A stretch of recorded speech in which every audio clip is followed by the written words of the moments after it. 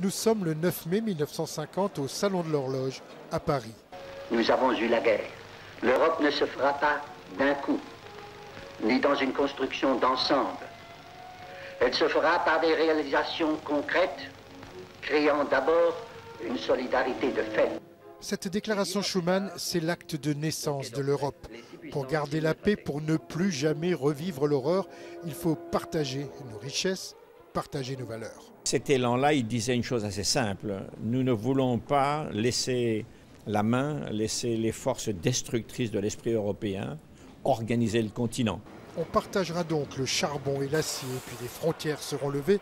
Nous serons bientôt 6 lors du traité de Rome. Nous sommes aujourd'hui 28. Mais l'élan est passé. L'Europe serait devenue une Europe technique.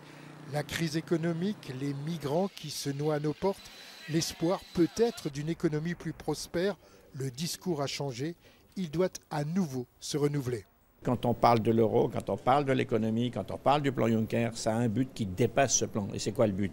Eh bien, c'est lutter contre le chômage afin de préserver ou recréer même une cohésion sociale qui est la condition sine qua non de l'équilibre politique. C'est lutter contre les extrêmes qui ont pour but affiché de détruire l'Europe et qui siègent 65 ans plus tard dans la maison. L'ennemi dans nos murs, sans doute. 65 ans après, cette déclaration Schuman a pris quelques rides. Mais au fond, le combat demeure le même. Le but de l'Europe aujourd'hui, le nouveau combat de Robert Schuman, ce serait probablement de dire qu'il faut faire avancer le combat pour les libertés, qu'il faut faire avancer le combat pour répartir la prospérité et que donc il faut créer de la prospérité, ce qui n'est plus vraiment notre cas. Alors, constat d'échec, sans doute pas. Cette construction politique est unique au monde. Après tout, elle n'a que 65 ans et elle n'a pas encore atteint l'âge de raison. Elle ne se fera pas d'un coup, ni dans une construction d'ensemble.